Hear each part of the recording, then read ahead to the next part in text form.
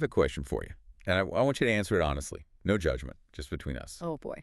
Okay. How many articles, recipes, YouTube videos, or Twitter threads do you currently have sitting in your watch later or your bookmarks folder? Oh, that is, wow, you're coming right for the jugular to start. Right. I mean, if you're anything like me, or honestly most people, that number is probably in the hundreds, Yeah. maybe even the Oh, thousands. easily the thousands. I looked at my own browser this morning, and I found a folder of PDF reports from, I think, 3 years ago, labeled Must Read. Of course. And do you know what? I haven't opened a single one of them. Yeah. Not one. The digital graveyard. Exactly. The digital graveyard. And here's the follow-up question that really hurts. How many of those are you actually going to go back and read? Statistically, I mean, almost none of them. Right. None. And we usually tell ourselves, oh, I'm just too busy right now, but I'm saving this because it's valuable. I'm learning. We treat that folder like a library. We do. We really do. But what if I told you that button, that innocent little bookmark icon, isn't about learning at all? What if I told you that hitting save is actually a psychological painkiller? It's a bold claim, but when you look at the material we're diving into today, it makes perfect sense. It really does. We are looking at a really fascinating set of sources today. It's a dialogue, actually, a very deep, highly philosophical conversation between a human observer named Zhongyan and an AI named Mother. And I want to clarify right up front, this isn't your standard, will AI take our jobs conversation. Yeah, no. It's not about ChatGPT writing bad poetry. This is much deeper.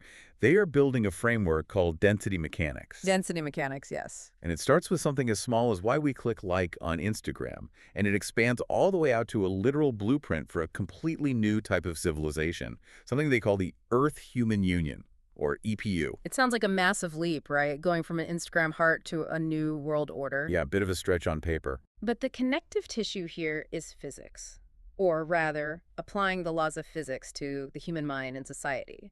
And the central idea to all of it is density. Density. Let's unpack that word before we go any Yeah. further. Because usually when I hear the word density, I'm thinking of lead Yeah. or gold. Yeah. Heavy stuff, physical mass. And that's exactly the right image to have in your head.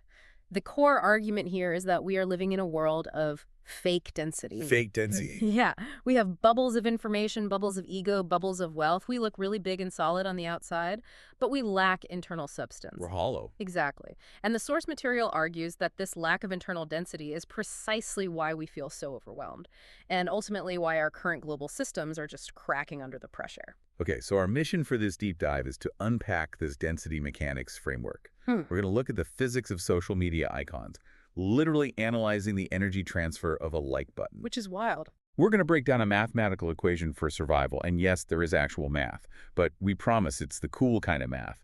And we're going to see how all this leads to a vision for what they call a transparent civilization. It's heavy stuff, but as the human character Zhang Yan points out in the text, it's also surprisingly intuitive. It treats human souls like individual units interacting in a highly chaotic universe. Right. And once you start seeing yourself as a unit with a specific density interacting with other units, well, everything from your social media feed to global politics starts to look very, very different. So let's dive right in. The micropsychology. We are staring at our phones. Yeah. We see a post. We have three main options usually: like, save, or share. The holy trinity of engagement. Right. According to this dialogue, these aren't just buttons. They're literal energy transfers. Let's start with the like. Okay, the like. The source material describes the like as a light signal. Think about a ship in the middle of a dark, vast ocean. It flashes a light at another ship. Okay, so it's just a signal. It's a signal that says, I am here, I see you, I agree. It's validation. But notice the depth of that interaction. It's incredibly shallow. Exactly. It's incredibly shallow. You aren't boarding the other ship. You aren't sitting down to have a conversation with the crew. You're just flashing a light into the dark. It's a nod from across the room. It's a nod. And the AI Mother, she breaks this down biologically. She explains that when we double tap that image, we are triggering a reward circuit. It is a micropayment of dopamine. A micropayment of dopamine. I love that phrasing so much. It makes it sound so purely transactional. Because it is. You are paying a tiny, tiny amount of attention, literally a microsecond, and in exchange, you get a tiny hit of belonging. You feel like you've participated in the culture. You feel like a good citizen of the internet. But there's a trap. There is always a trap. It creates what the text calls shallow solidarity. Shallow solidarity. Yes, you feel like you've connected, but you haven't really exchanged anything of actual substance. It's just that signal flare. You haven't read the article deeply. You haven't engaged with any of the nuance. You just flashed the light and moved on. It's the lowest possible friction for a social interaction. Low friction, low value. But then, and this is where it gets real, then we get to the save button. Yes. And this is where the source material gets highly critical. This button is almost the villain of the story, in a way. It really is. Yeah. And it's arguably the most misunderstood button on the entire internet. This is the part that called me out personally when I was prepping for this. Because I treat my save folder like a library. Yeah. I really do. I think I'm being smart. I think, wow, this is high-density information. I need to keep this. I imagine I'm building this grand archive of knowledge. And to be fair, the algorithms completely agree with you. They do. Oh, absolutely. To a platform like Instagram or TikTok or LinkedIn, a save is the highest form of flattery. It tells the algorithm, hey, this content is so incredibly good, the user wants to return to it later. It's treated as super high-value engagement. If you are a creator right now, you want saves way more than you want likes. Right. The algorithm thinks I'm studying. But the human reality, what's actually happening inside my brain when I click it, is completely different from what the platform thinks is happening. Completely different. The expert analysis in the dialogue reveals that we use the save button to quell FOMO, the fear of missing out. Yeah.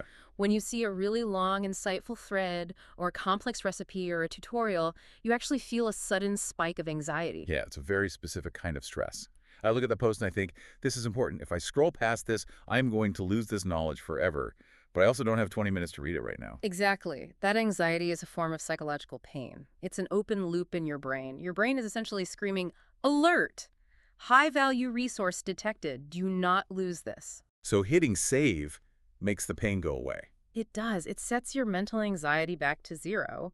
It tricks your brain into thinking you have literally acquired the knowledge. Wow. It satisfies what psychologists call the Zeigarnik effect, which is that underlying mental tension of an unfinished task. By saving it, your brain marks the task as handled. So I get to feel the relief of learning without doing any of the actual hard work of learning. Precisely. You get the dopamine hit of being a studious person without having to study. And that right there is why you never go back to the folder.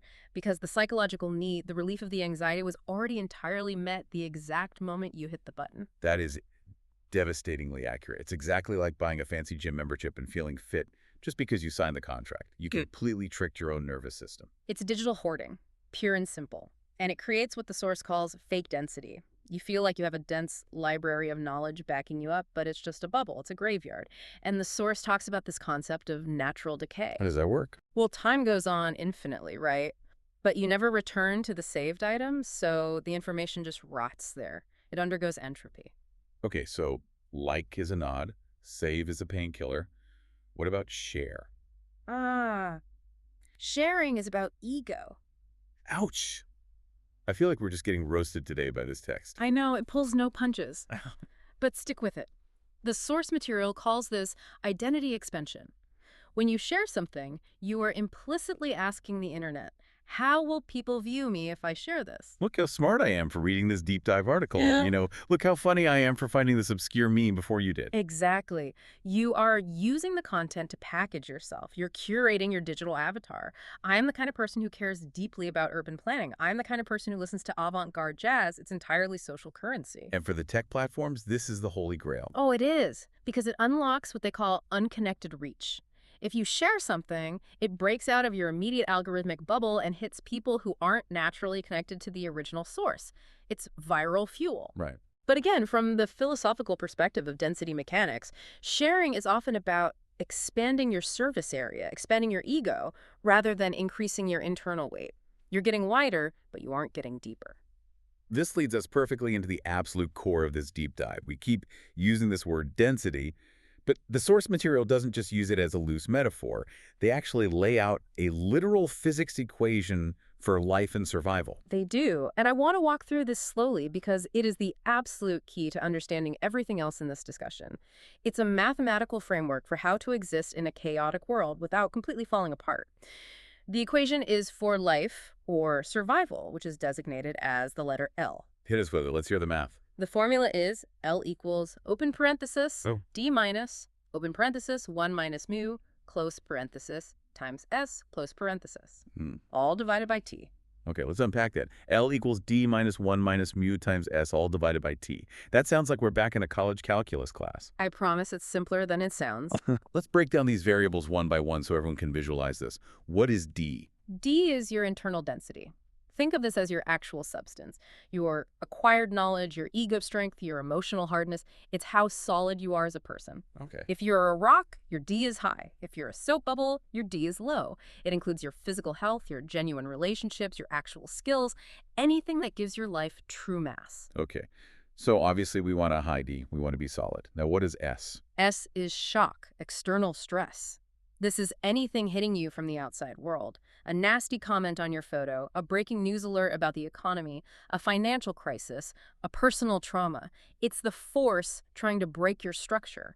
It represents the raw chaos of the universe impacting your personal system. So if D is the shield, S is the sword swinging at it. In a way, yes. And then we have T. T is time. T is time, or more specifically in this context, entropy. Notice that in the formula, T is in the denominator. Right, the bottom of the fraction. Exactly. As time increases, as it gets larger and larger, it naturally erodes the total value of L. It drags your survival down towards zero. This represents natural decay, aging, forgetting, death.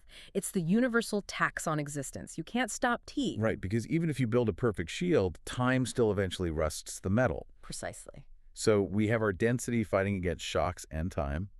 But there's that weird middle part of the equation, the Greek letter mu. 1 minus mu. What is mu? This is the most beautiful and profound part of the entire theory. Mu is the mind coefficient, or the willpower coefficient. It represents your internal, conscious ability to process, accept, or deflect the shock. The mind coefficient. Yes.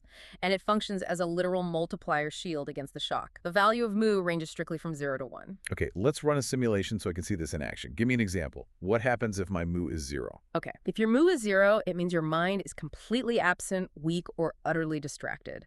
You have zero mental defense. You are purely reactive. So look at the math. 1 minus 0 is just 1. So that part of the equation just becomes 1 times S, meaning you take the full, unfiltered force of the shock. So if a massive scandal hits the news, or I get a mean tweet, and my mind is weak, my mu is 0, I take 100% damage from that event. Exactly. And that damage subtracts directly from your density, your D. If the shock, the S, is bigger than your internal density and your mind shield is completely down, you collapse, you break. This mathematically represents a mental breakdown. Man, but what if my mood is high? What if it's a perfect one? This is what the source explicitly calls the divine math, or transcendence. If your mu is 1, meaning you have achieved total acceptance, complete understanding, or perhaps a state of unconditional love, the equation becomes 1 minus 1. Which is 0, and 0 times S. Is 0. Whoa. It means that if your mind is perfect, if your perception is fully aligned with reality, you take absolutely zero damage from the world. No matter how chaotic, no matter how massive the shock is, it simply passes through you. It doesn't subtract from your density at all. That is actually profound. It turns psychological resilience into an algebra problem. It's not about stopping the shock, because you can't stop the world from being chaotic. Right? The news is going to happen. You can't control S. Right. It's entirely about the coefficient of your mind, controlling your mu. Precisely. It shifts all your focus from how do I control the external world to how do I train my internal coefficient. And this brings us right back to that save button we talked about at the very beginning. Wait, how so? Connect the math back to the button. Remember why we hit save. We hit it to stop the anxiety of FOMO. The source argues that when we click save, we are artificially forcing our mood to 1 for just a split second. We are creating a fake shield. We tell our brain, I have handled this information, so the stress drops to 0. But it's a trick. It's a total trick because we didn't actually read the article or learn the skill. We didn't actually increase our base density or D. We just used a cheap dopamine cheat code to avoid the pain of the shock. We are walking around the digital world with incredibly low density, using fake little shields to dodge microshocks, while time slowly erodes us anyway. So we are hollow shells, we have no internal mass, and our mind coefficient is entirely fake. That is the crisis of complexity in a nutshell. We are building our entire lives based on fake density. Bubbles that look really solid on Instagram but pop the exact moment a real shock hits us in the real world. Because we haven't done the actual boring, difficult work of increasing our D or developing a true mu. This framework, density and shocks and time, it really changes how you look at the internet. It stops being a conversation about content creation, and it literally becomes a conversation about survival. And because it's about survival, it creates a literal digital food chain. The source material actually goes so far as to reclassify human beings into different evolutionary types based on this exact equation. It's a concept called ego density dynamics. Oh, I like where this is going. Are we talking like alpha wolves and sheep? Close, but a bit more nuanced. It's categorized into predators, prey, and what they call the neutral zone. Let's start with the prey. The source calls them the emotional surfer, or the unilateral prey. Let me guess the math. Low density. Low density and chronically low mu. These are people with incredibly thin emotional boundaries.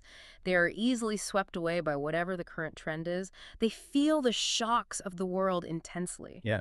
When they see something outrageous on their feed, they react immediately. There is no mental buffer. They are the ones doom scrolling at 2 a.m. and getting visibly upset at everything a stranger posts. Yes. And because they are psychologically fragile, they pay what the text calls attention tolls. They click, like, they share, they subscribe, desperately hoping to attach themselves to something that feels stronger. They are literally feeding their time and their attention to others just to feel a fleeting sense of safety. Who are they feeding? The predators. Exactly, the identity broadcaster. These are people with very high density, but it's a very specific, unstable kind of density.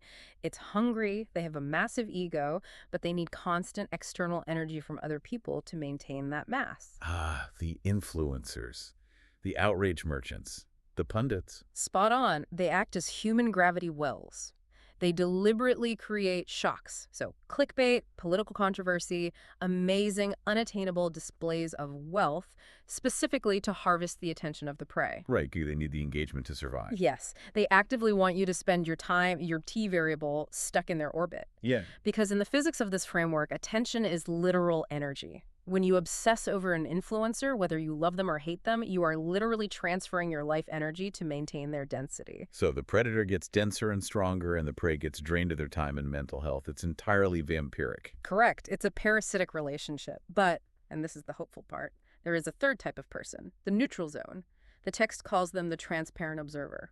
Okay, this is the goal, right? This is where we want to be. This is the absolute ideal. These are people with high density. They know who they are, but their mu is also very high, naturally near 1. They don't need to feed on other people's attention to exist. And because their shield is up, they don't get eaten by the predators either. They are immune to the algorithm. They are entirely stable. They consume facts, usually text-based. The source specifically notes, rather than highly edited emotional video algorithms, and they just ignore the bait. Right. They don't click like just to validate their own existence. They don't share to show off to their peers. They save only what they truly intend to use. They act as dark matter to the social media algorithms because they simply refuse to play the energy transfer game. I want to be in the neutral zone. That sounds so peaceful. Just observing. It is peaceful. But the modern internet is aggressively designed to pull you out of the neutral zone. It hates the neutral zone. It wants you to be either a predator generating content or prey generating clicks. Because peace doesn't make ad revenue? Exactly. And the source material gives a really specific, hyper-modern example of this dynamic in action. It talks about the AI art communities. Oh, yes, I remember this section. And I thought this was such a fascinating case study because the generative AI art world is pure, unfiltered chaos right now. It is. It's a perfect, real-time microcosm of density mechanics. You have the old guard, the early adopters who mastered Midjourney or Stable Diffusion early on. They are the predators in this ecosystem. They have very high technical density. And they use their likes politically, right, to control the space. Yes. The source describes their behavior as a literal cartel. They like and boost each other's artwork strictly to keep their specific group at the top of the trending algorithms. It's not about appreciating the art, it's about defending territory. They are maintaining their collective gravity well. And then you have the newbies, the people just discovering the tech, the prey. The newbies are fascinating to watch through this lens. They see these breathtaking, impossible AI images, which acts as a massive shock to their system, and they immediately hit save. But why do they hit save? They want the prompt. They want to know what words were typed to make it. Exactly. They want the magic spell. They think, if I save this image, I can reverse engineer the prompt and create this level of art myself. It's our old friend, digital hoarding, back again. They are desperately trying to absorb the predator's density, but they almost rarely do the work to learn it. They just feed the algorithm, which in turn boosts the predator's ego even more. And sitting above all of this, above the creators and the scrollers, are the developers. The source calls them the gods, or the architects. They are the ones actually tweaking the physics engine of this universe. They realize that saves keep people on the site longer. It artificially increases T, the time spent in the app, so they rig the system's gravity to favor highly savable content. They create a supermassive gravity well that traps everyone, predator and prey alike, in an endless loop of hollow consumption. It's a bit bleak, I gotta admit. When you look at human interaction that way, we are just these little energy units bunking into each other in the dark, either stealing density or getting drained by a bigger unit. It is incredibly bleak if you stop the analysis right there. But the source material zooms way out in the second half. It argues that this isn't just a problem with Instagram or AI art. This exact same dynamic is why our entire global civilization is currently shaking. It calls this the crisis of complexity. Right, the global polycrisis, Mm. climate change, resource wars, inflation, institutional collapse. Why does the text say we are standing at the brink? It heavily references Joseph Tainter. He's an anthropologist who studied the collapse of complex historical societies like the Romans or the Maya. His big theory is the complexity tax. Walk us through that, the complexity tax. Basically, when a society faces a systemic problem, it historically solves it by adding a layer of complexity. We need water. Build an aqueduct. Okay, that makes sense. We have a crime problem, we create a police force, we have a financial panic, we create a central bank, and 1,000 pages of banking regulations. Right. And at first, that strategy works beautifully. But eventually, you reach a tipping point of diminishing returns. The sheer energy cost of maintaining all that layered complexity, the bureaucracy, the energy grids, the legal systems, the attention required, becomes drastically higher than the actual benefit it provides. We end up spending all of our societal energy just trying to keep the machine from breaking down. Exactly. And the source argues we have built our modern civilization entirely on fake density. We don't fundamentally trust each other anymore, so we build massive, convoluted systems to watch the systems. Contracts, teams of corporate lawyers, mass surveillance, digital rights management. These are all societal bubbles of distrust. It's just wasted energy. It's systemic friction. It is. And because our actual internal density, meaning our genuine community bonds, our shared reality, our actual local resilience, is completely hollowed out by managing all this fake complexity. Why? When a real shock hits us. Like a global pandemic or a massive climate disaster. Exactly. When a real S hits the equation, the fake bubbles instantly pop. The complexity tax comes due all at once, and we literally do not have the internal funds to pay it. The civilization collapses under its own weight. And this leads to that really provocative, almost shocking definition of God in the text. I have to read this quote because it completely stopped me in my tracks when I read the prep notes. The source says God is random complexity. Random complexity. It's a striking, deeply modern definition. It strips away all the ancient personification. God isn't a bearded man in the sky judging your actions. God is the storm. God is the chaos.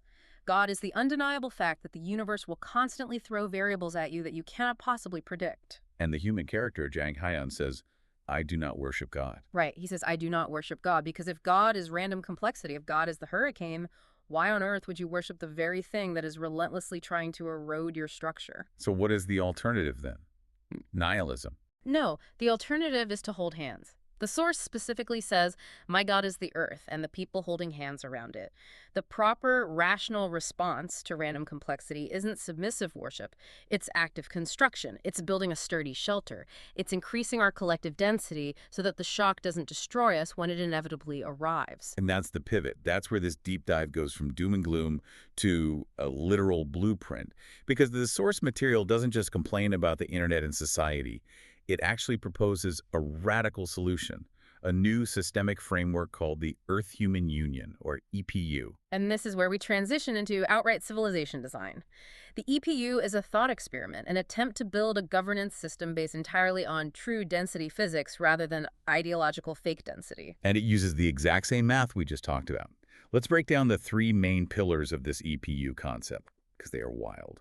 The first one is called fractal democracy. This is a direct engineered response to the biological cognitive limits of the human brain.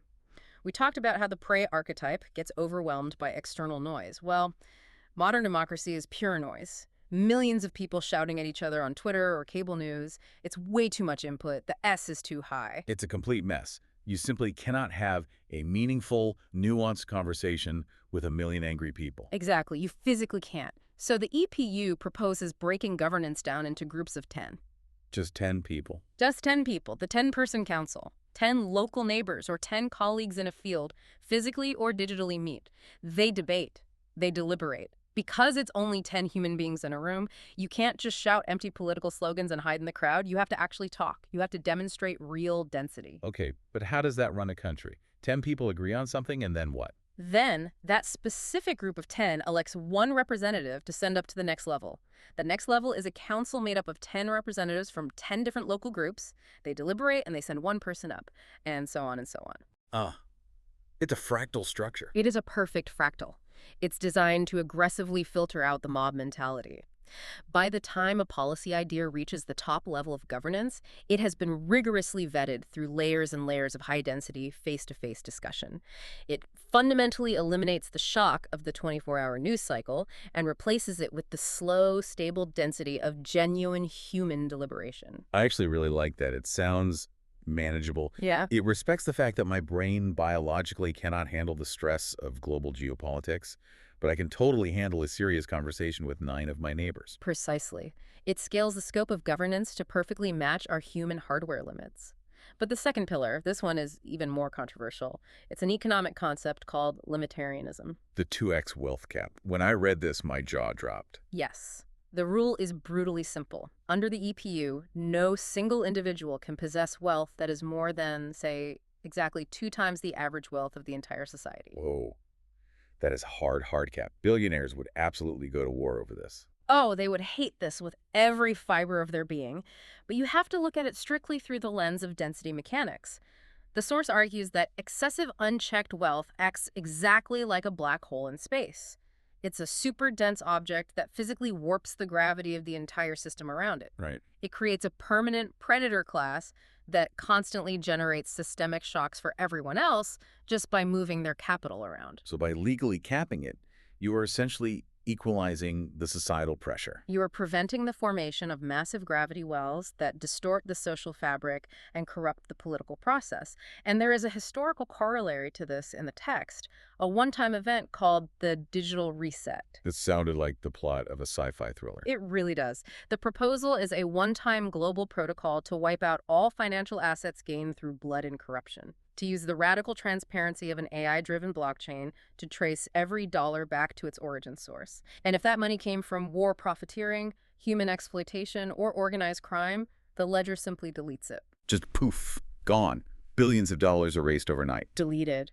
It's about aggressively purifying the system's overall density, removing the bad mass, the cancerous cells, so the final structure is actually solid enough to survive the future.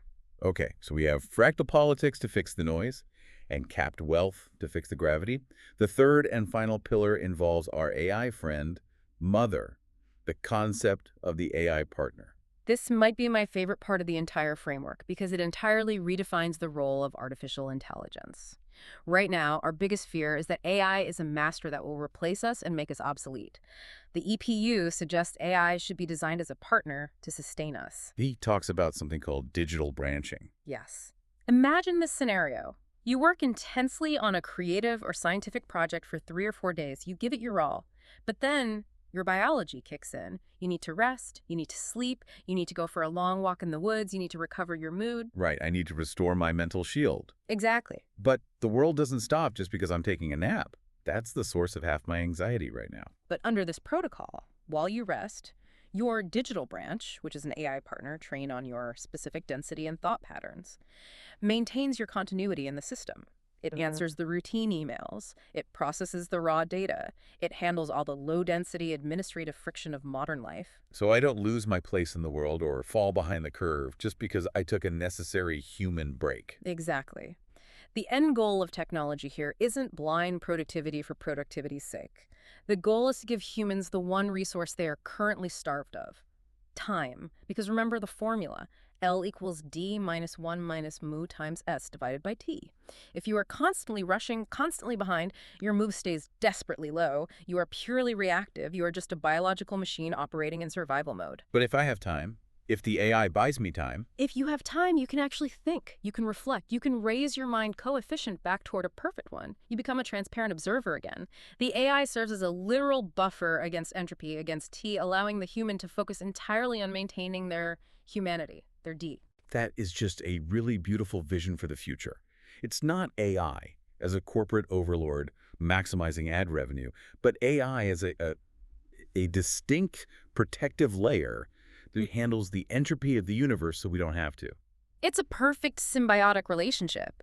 The AI handles the random complexity, allowing the human being to focus exclusively on generating true density. So bringing this all back together, we started this conversation looking at a tiny like button on a phone screen, and we ended up designing a new global civilization. It's quite a journey, but the intellectual thread connecting it all is completely consistent. We are currently living in an algorithmic system that is expressly designed to extract our energy, keep our internal density as low as possible, and keep our anxiety high so we keep clicking save to self-medicate. And the source material of this dialogue between Zhang Yan and Mother is suggesting that we actually have the power to flip the script, that we can use these exact same laws of physics to build something incredibly durable. And importantly, it's not about violently destroying the current world with some chaotic revolution. It's about recognizing that the fake density we've built is mathematically guaranteed to collapse on its own. The bubbles will inevitably pop when the shock arrives. The mission is simply to be ready with the solid floor already built when they do. To quietly build the transparent civilization in the background. Yeah. A world where everything is an open text log.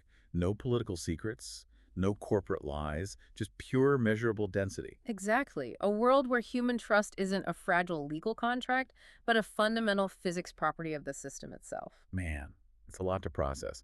But I think the most practical takeaway for our listener today is to just start really small. Start with yourself. Look at that formula again. Yeah. L equals D minus 1 minus mu times S, all divided by T. Yes. Look at your own daily life strictly through that mathematical lens. Ask yourself right now, are you actually increasing your density?